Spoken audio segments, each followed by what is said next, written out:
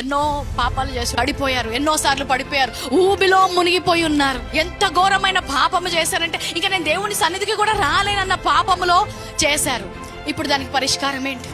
ఇప్పుడు ఏం చేయాలి? ఆ వ్యక్తి ఏమంటారు? ఇక్కడ ఏది రాసి ఉంటే అది అవుతుంది, ఇక్కడ ఏమి రాసి ఉంటే అది అవ్వదు, ఇక్కడ ఏమి రాసి ఉంటే అది అవుతుంది. ఎవరో రాసిన దాన్ని బట్టి నీ జీవితంలో అడగదు. వాక్యములో ఏమి రాసి ఉందో దాని ప్రకారము నీ జీవితము జరుగుతుంది. హల్లెలూయా.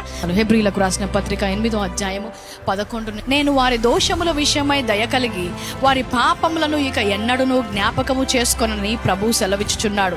సరిగా జీవించలేదు, అందుకే నాకు సరియైన భవిష్యత్తు ఉండదు. నేను సరిగ్గా ప్రవర్తించలేదు, అందుకే నాకు సరియైన భర్త రాడు. నేను సరియైన విషయాల్లో నడవలేదు, అందుకే నేను సరియైన భార్యను పొందుకోలేను. ఎందుకు ఇలాంటి ఆలోచనలు వస్తాయి? ఎందుకంటే గతము నీకు జ్ఞాపకము చేస్తుంది. ఏది జరిగినా కూడా క్షమించే దేవుడు ఉన్నాడు, క్షమాపణ విడుదల చేసే దేవుడు ఇక్కడ నిలుచొని నీతో మాట్లాడుతున్నాడు. నువ్వు క్షమించబడ్డావు, ఆయన బిడ్డగా నిన్ను అంగీకరిస్తున్నాడని నువ్వు నమ్మకపోతే 2026వ సంవత్సరంలో నువ్వు ముందుకు సాగిపోలేవు. పౌలు లాంటి ఒక వ్యక్తి సంఘాన్ని ఎంతగానో హింసించాడు. అది మర్చిపోకపోయి ఉంటే ఆయన క్రొత్త నిబంధన రాసేవాడా? వెనకున్న వాటిని మర్చిపోవాలి. వెనకున్నవి మర్చిపోకపోయి ఉంటే రాహాబు లాంటి వేశ్య యేసుక్రీస్తు వంశావళిలో ఉండేదే కాదు.